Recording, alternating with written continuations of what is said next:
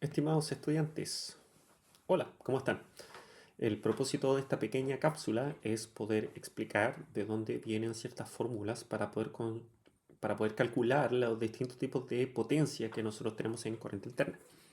Para poder realizar esto, vamos a tener que recordar un poco de trigonometría. En este caso hay dos figuras que se utilizan en trigonometría, hay dos identidades, dos definiciones que son necesarias para poder calcular estas potencias, que sería la definición de seno y la definición de coseno. Cuando nosotros hablamos del seno, primero, antes de empezar, un triángulo rectángulo sería un triángulo que está compuesto por dos lados, que forman un ángulo de 90 grados y que tienen un lado más grande que se llama hipotenusa. Acá en el gráfico, no el gráfico, sino que en la figura que estoy presentando, fíjense que tenemos dos tipos de potencia. Tenemos una potencia activa, que vendría siendo uno de los catetos de este triángulo rectángulo, una potencia reactiva, que sería el otro cateto de este triángulo rectángulo, y una potencia aparente, que viene siendo la hipotenusa. Ahora, en trigonometría nosotros tenemos la figura de el seno de un determinado ángulo. Supongamos que este ángulo, que vamos a llamar θ, nosotros queremos calcular el seno de este ángulo. Por definición de la figura del seno, el seno de un ángulo se define como la medida del cateto opuesto, que vendría siendo en este caso la potencia reactiva, dividido la hipotenusa, que vendría siendo la potencia aparente.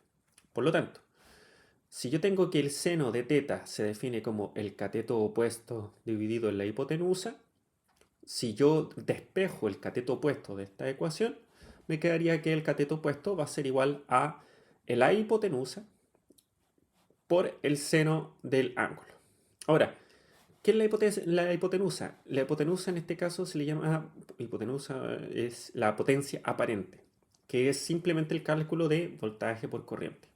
Entonces, si reemplazamos la potencia aparente, que sería V por I, dentro de esta ecuación, nos quedaría de que el cateto opuesto va a ser igual a la hipotenusa por el seno del ángulo θ.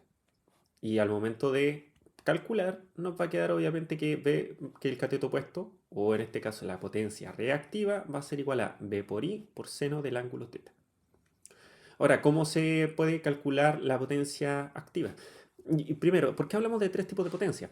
Porque en corriente alterna, a diferencia de corriente continua, nosotros no siempre vamos a poder utilizar toda la potencia derivada obtenida de nuestro dispositivo. No vamos a poder utilizar siempre toda la potencia.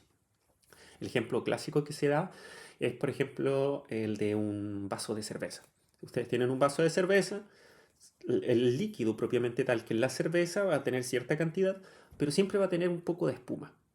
Ese es el ejemplo que me cuentan. Yo en realidad no soy prácticamente abstemio, pero lo que se intenta evitar es se intenta tratar de tener la menor cantidad de espuma posible. Imaginemos de que lo que realmente vamos a beber sería la potencia activa.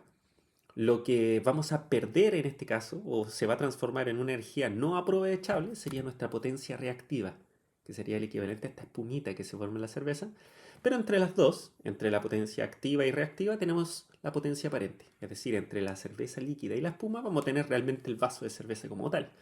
Por lo tanto, en este caso, nuestra potencia aparente va a ser como el cálculo bruto de la potencia, pero esa potencia aparente lo que vamos a utilizar realmente va a ser la potencia activa. Y lo que no vamos a poder utilizar es la potencia reactiva. Se encuentran normalmente definidas o se encuentran simbolizadas con estas letras, con la letra P, S, Q, y normalmente las vamos a calcular de esta manera. Entonces, en el caso de la potencia reactiva va a ser V por I por seno de θ. Ahora, ¿y cómo calculamos realmente la potencia que vamos a utilizar? Es decir, la potencia activa. Acá, a diferencia del usar el seno de θ, vamos a utilizar la figura del coseno. Y el coseno, a diferencia del seno, es el cateto adyacente del ángulo. Recordemos lo siguiente, cateto opuesto significa el lado opuesto del ángulo θ, siempre y cuando no sea la hipotenusa. Y el cateto adyacente sería el lado que está al lado del ángulo θ, a excepción de la hipotenusa. Entonces nos quedaría de que el coseno de θ va a ser igual a potencia activa dividido, en este caso, la potencia aparente. O cateto adyacente va a ser igual a coseno de θ por hipotenusa, que es V por I. Por lo tanto, nos va a quedar que la potencia activa va a ser igual a B por I por coseno de teta. Ahora, cada una de estas potencias tiene distintas unidades de medida. La potencia aparente se mide simplemente en watt. La potencia activa se mide en... Perdón, la potencia aparente se mide en volt ampere. La potencia activa se mide en watt y la potencia reactiva se mide en una unidad que es volt ampere reactivo. ¿Ya? Entonces, la idea siempre va a ser, en todos nuestros ejercicios o en la vida diaria, en realidad, porque esto es de la vida diaria, va a ser tratar de disminuir siempre nuestras potencias reactivas, tener la mayor cantidad de potencia activa, de manera que este triángulo que se está mostrando sea lo más planito posible.